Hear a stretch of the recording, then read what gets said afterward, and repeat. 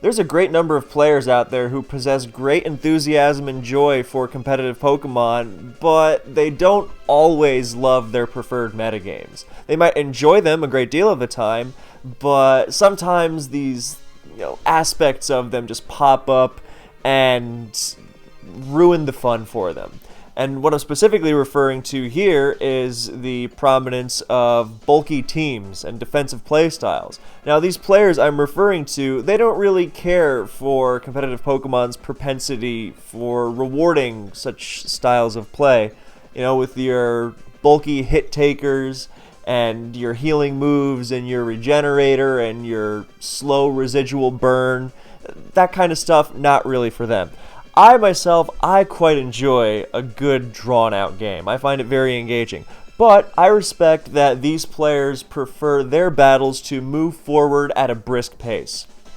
And they prefer their defense to be done more through pivoting and resistances and immunities as opposed to all-out walls. They want every turn to be charged with the essential force that something could get KO'd here.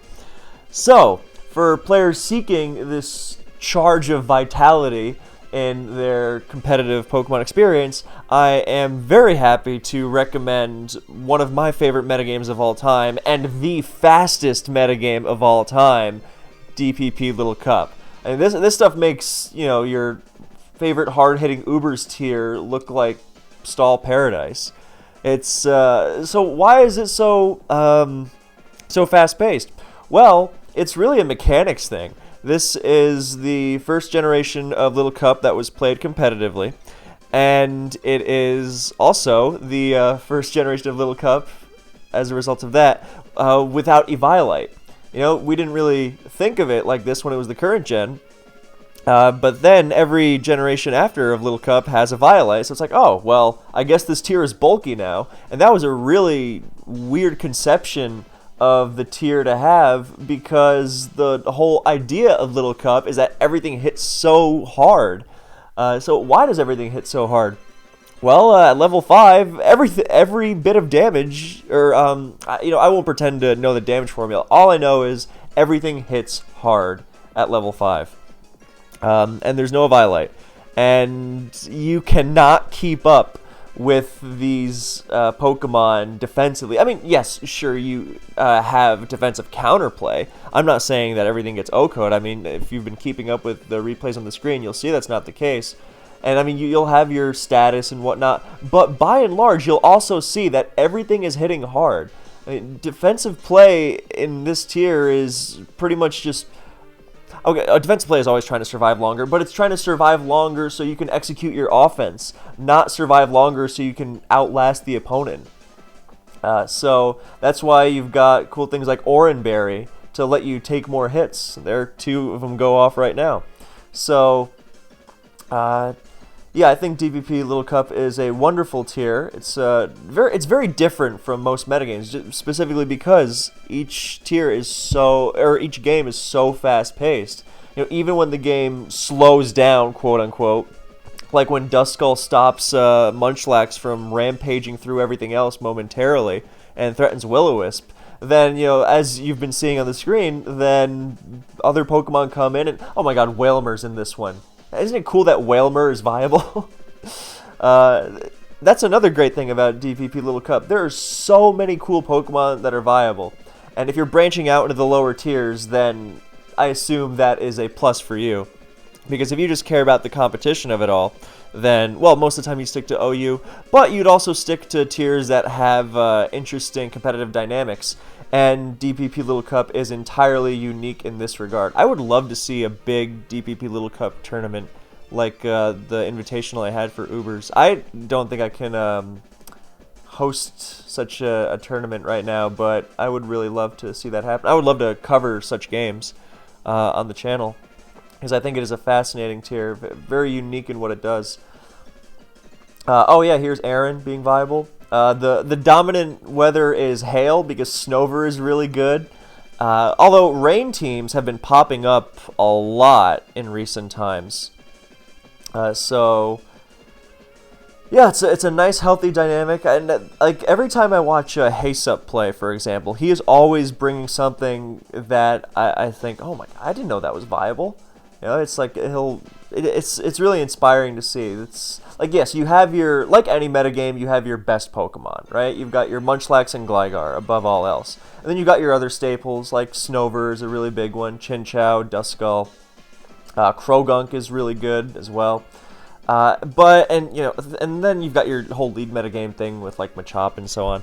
But it's just, no matter what, you can run the most standard team in the world and succeed. Of course you can, but creativity is rewarded, and that's a kind of skill expression I think is really valuable to have. Now, okay, even in generations like with limited choices, like the first two, then I think there's a lot of skill expression, not just in the battle choices you make, but even in the minutia of the little details of your team building choices. Not just in and of themselves, but especially in terms of how you're going to use them, how they work in tandem with your other Pokemon, and so on. But in Gen 4 Little Cup, you are spoiled rotten for choice. It's wonderful. And yeah, wonderful metagame. It's fast-paced. Before we keep looking at replays, also in this battle, then you see Haysup using Chimchar, and I just think that's wonderful. Because I love Chimchar. And, oh yeah, Nails led off with a Glameow. How cool is that? Come on. So if we glance at the viability rankings for a little bit, yeah, you got your Munchlax and your Gligar, some of these others. Oh yeah, Ghastly is crazy. Bronzor, very good. Yeah, Houndour, Staryu, Machop, Stunky, Coughing. Coughing was not very popular when I played LC more commonly. I think that's more of a recent development. Yeah, DPP LC is a very fun tier to keep up with, because even if the games are, how many turns with these? 30, 21? Like, they're always fast-paced, and they're very rarely, and it's that kind of, to borrow a baseball term, to have that kind of bang-bang play be consistent, a consistent factor in each battle. That makes it a really thrilling watch. It's electrifying. Because you're most of the time you're not just going to, or pretty much never. Like, sometimes you will see something like a Calm Mind Recycle, because that's his recovery with Oranberry. Calm Mind Recycle Bronzor, playing a slower game, but it's still not going. It's still going to be a fast-paced game, more or less, and you're only losing to that set if the other players really earned it. Or if you just, messed around and were not good, in which case deserve. But, the pace is so ridiculously fast most of the time, but not so much that you can't keep up with it. It would be bad if, like, literally nothing could take any sort of hit at all, barring immunities. That would be too much. I think it's a perfect balance. You will never find yourself wanting for, quick games. I mean, look at all this stuff that's viable. Aaron and Cranidos, Zigzagoon, Ponyta, Apom. I love Tailo. Weasel, of course. Carvana, Bagon, Teddiursa. Oh, I love Teddiursa. Phanpy, Slowpoke. Oh, yeah, it's great. I think there are even more. Oh, maybe not. But yeah, it's also a metagame that gets played quite often.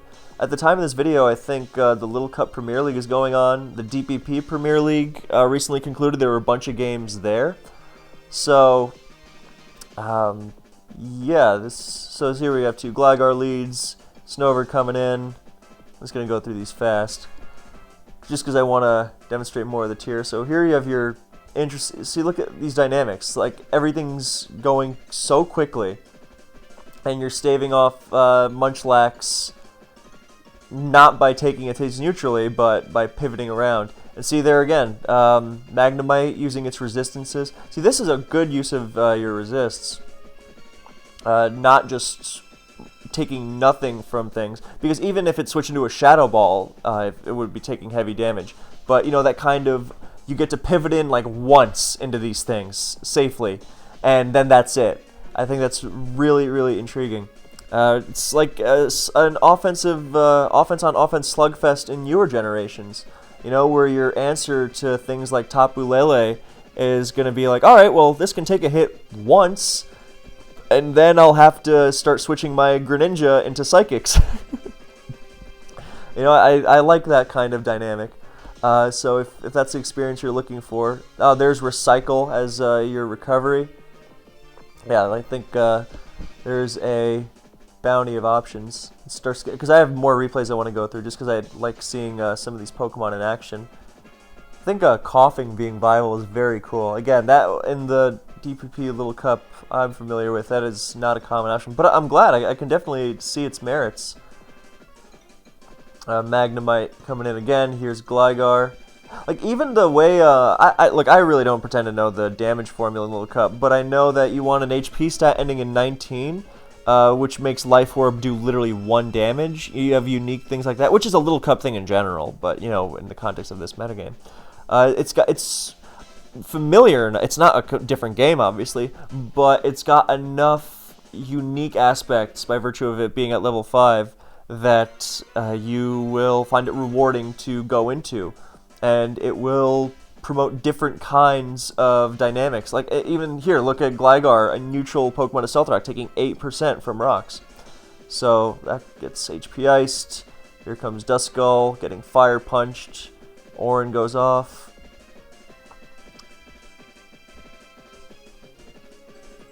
Look at Magnemite leveraging its typing. Oh, it's an Orin Berry set, okay. There's a Magnet Rise to help it deal with Bronzor. Very nicely done. And Shadow Ball. Oh, and Bagon. Is that a Scarf Bagon? It outran Ghastly. That's hilarious. That's great. Yeah, so Scarf Bagon. Well, I don't know if it's going to clean up, but it's definitely going to 2-KO Munchlax. Yeah. And it does. Well, it doesn't get trapped, but I think at this point the game was being won anyway. And does it even live Ice Shard? Oh my goodness, it does. Bagon rules. And there's, oh, Double Dragon. You have a Bagon Dratini team. Was Dratini on these viability rates? Surely it is. Dratini's really good. Oh, a B+? Oh, yeah, that's fair. Lower than Cranidos, I don't know. I think Dratini's really good. I like Band a lot. That strong extreme speed is great. Like, remember, everything hits really hard, and so, like, even, what's the example I'm thinking of? Well, I'm more thinking of a more recent gen example where something like, oh, Fury Swipes, that's what I'm thinking of. Yeah, Fury Swipes hits really hard even though the power is so low because of the different mechanics. Oh, we've got a Porygon lead. That's cool. Porygon is quite good, but you don't see it as a lead very much. So, this game, I think when I was looking for replays, this game has some cool stuff. Diglett Bear, oh, it's Sash. I was like, how did that live? So Sash Reversal will pick off the Munchlax. That is a creative way to get rid of Munchlax. If you can keep rocks off, that is really cool. And 2 for 1 there. But, you know, now there's rocks. Oh, and so, wow, that Diglett put in a lot of work. But yeah, the Munchlax thing is what you're looking for there. Yeah, when I was starting out, Munchlax didn't run superpowers often, but now I think it's a quite common choice. Simply because Munchlax wars can get pretty intense. Or, hey, Brick Break. The more consistent option. Although, you know, it's the same idea. That wasn't used before either. And Return kind of smokes neutral poke. Wow, that's got some bulk to it. Yeah, Stunky's really good, which I appreciate. It's, I appreciate the different dynamic of the Pokemon. It's not just replicating some tier above it. Like, you know how sometimes in lower tiers you'll have like the same exact types of teams as in like an OU, but just transplanted down to UU. Like, you know, Rock, Spikes, Ghost, Scarfer, Set of Sweeper, and, you know, and even down to, like, using the pre-evolutions. It's like, oh, well, my OU team is Ferrothorn, and my UU team is Ferroseed, stuff like that. Not that there's anything wrong with that, of course. Oh, there was the Cranidos, and it had smashed start. Oh my god, was that Scarf Cranidos? Yeah, it did. Wow, yeah, look at that. Scarf Cranidos rules. That's a lot of recoil, but, oh, and Hail and Rocks, of course. But yeah, look at Cranidos go. That's so cool. That's why I picked this one. Yeah, but in Little Cup, then especially pre-Violite, then oh, Ponyta lead. Look at that. Yeah, pre-Violet Little Cup, then the team compositions are, you know, a breath of fresh air. You don't just copy what's working in the tier above and transplant it to this. It's a completely unique environment you gotta immerse yourself in, and I think that's really cool to have. So that Ponyta put in a lot of work. Goodness. Wisp Protect Overheat as a lead. I haven't seen that. And there's another Ponyta. This one's going to sub. There's no way that's a heat-proof Bronzor.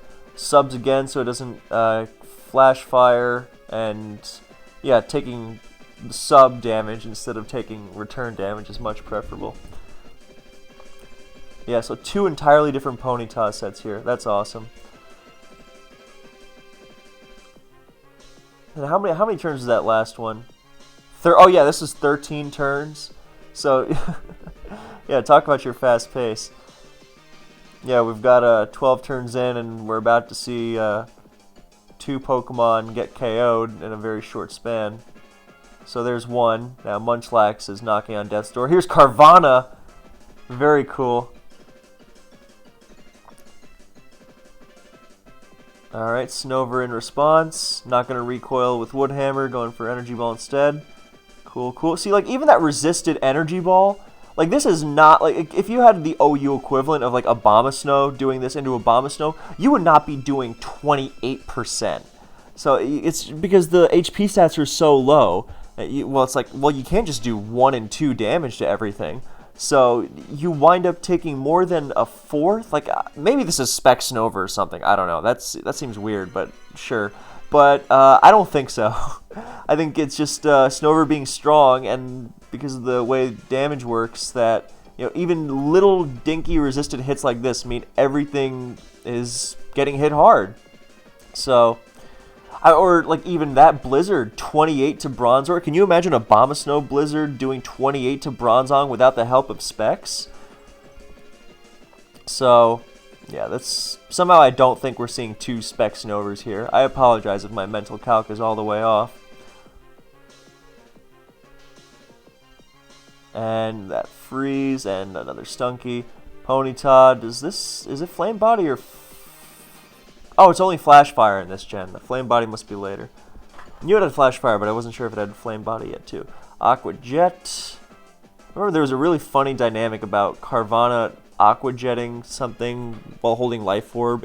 Aqua Jetting Gligar in the sun? There's a really funny mechanic related to that. I hope someone familiar with it sees this video and leaves in the comment. But I remember it broke the damage calc or something if a Life Orb Carvanha used Aqua Jet on Gligar in the sun. Or it did like 1 damage or something, I forget. Yeah. Drifloon. Oh, Drifloon being viable just makes me happy as well. And we're finishing off with, this is a best of 3, I believe. I don't know for what, I don't remember. But actually, I think they played a best of 3 for Little Cup Premier League because they just wanted to. That's cool. So yeah, this is the first game. So Super Ampharos wins, and now I'm invested. Another Glameow lead. Very, very pleased to see that. I wonder if Glameow is preferred to Meowth these days. When I was starting out, I remember Meowth was popular. Ooh, that's an unfortunate miss. Munchlax coming in, gets crunched, and said, wow, that hit hard. Oh, yeah, that's got to be orbed. Good lord. Okay, well, miss Fire Blast, crit a crunch. Fanpy coming in. Oh, wait, I just realized, it's going so fast that I just realized there's a Fanpy. That's amazing. Oh, I'm so happy about that. I love Fanpy. Fanpy and Teddy Ursa, that's just wonderful. I love Gen 2. Psychic, Fire Punch. I don't know why Psychic wasn't the move there, but sure. Here's... Oh, maybe not, to not trigger Oranberry, maybe. That's smart. That's really smart, actually. You gotta be... See, that's another very unique LC mechanic. I mean, I guess you could find some sort of equivalent, like, not knocking Swampert into Torrent range in Gen 3 or something. But, yeah, that's something you gotta be very heads up of. So, nicely done. Since now Munchlax does an Oranberry, so it's in range. No, don't let Fanpy get KO'd. Alright, well, that's totally fine. C1 for bringing Fanpy in my book anyway. Wow, see, look at that. Fake Out doing... Does this have Technician? No, it doesn't. I didn't think so. So yeah, Fake Out does 29 to Dratini with Through Reflect. Nuts. So Extreme Speed goes off, and down it goes. Scarf Ghastly comes in, finishes it up with Shadow Ball. Staryu. This is very important to remember. Staryu is not Starmie, in the sense that Staryu is only water. It is not water psychic. Before you're thinking, oh, was that Scarf Starmie? Why did Ghastly switch out if it's Scarf Shadow Ball? Yeah, it would not KO there. So, very important to know. But more dual screen stuff. Oh, even Rapid Spin. Rapid Spin is very rare to see in Little Cup. I mean, not that it's a bad choice, of course. Also, another because Focus Sash is so valuable. Also, another great Rapid Spin. Again, not activating the Oran Berry. Very nicely done. Here comes Gligar. Doesn't quite do it, but gets it done. Eating the return. Now, Shadow Ball. Oh, Krogunk. Can it take 2? Yes. Oh, it's Light Screen's not running out yet. Yep. What's it going to do in return? Oh, and with Oran Berry, it can take 3, in fact. And Shadow Balls. Nicely done. And the last... Oh, it's Krabby. That's so cool. Glameow and Phanpy and Krabby all on the same team. That's awesome. And Focus Blast drops it, of course. That did not need the crit. So, final game to end the video. Bronzor. Rocks? Munchlax? Oh, here's a Rain. There's a Spadef drop. Fire Punch, not doing much. But, I mean, actually not doing much. Doing 32. Goodness. Here's Wynot. We haven't seen Wynot yet. The Little Cup and the Uber simultaneously. And it's going to get... There's the Oran. And down goes... Well, there's another Oran. But yeah, Encore lasts really long in Gen 4. So, but if you like my DPP Ubers videos and you've heard me ramble about Wobbuffet, then you would know that. So here's Ghastly. Here's subbing on... Oh, to stall out Rain. Yeah, good call. There's Shadow Ball smacking it. And... God, that hits hard. Wow. Well, nicely done to punish the Rain with the sub Ghastly. And look how hard that hit. Again, OU equivalent. You know, Gengar would never do 64 to Bronzong with Shadow Ball. With even Life Orb Shadow Ball. Even Spec Shadow Ball. So, now it's subbing out the Rain as Mantike comes in. And now boom. So, very nicely done. And here we see that new age boom of Rain. Oh, there's Wailmer again against Kabuto. Rock Slide, no flinch. Nope, gets surfed. What comes in instead after? Buizel. Oh, well, I love Buizel, so I'm rooting for Buizel. And, oh, it just bulks up. And it bulks up again. Alright, here's a crazy example of Little Cup mechanics. Look at that Earthquake doing over half to a +2 defense Buizel. That's not a Rocks or a Banded Gligar, is it? No way. That is Rocks and Banded? But yeah, that's, yeah, there's no way. But, and I apologize if my internal Little Cup calc is off. My internal calc is weird in general these days. But yeah, Buizel is gonna sweep, and that makes me incredibly happy. Alright, so, that is this video. Thank you so much for watching. I hope you have some interest in DPP Little Cup, and if not, then I hope you enjoyed listening to me ramble, as always. And, what else was it? Oh yeah, I really hope that we can get a big DPP Little Cup tournament together somehow. I'll reach out to some people and see, because I really love this tier, and it's difficult for me to get enough of it. So thank you, and see you in the next one.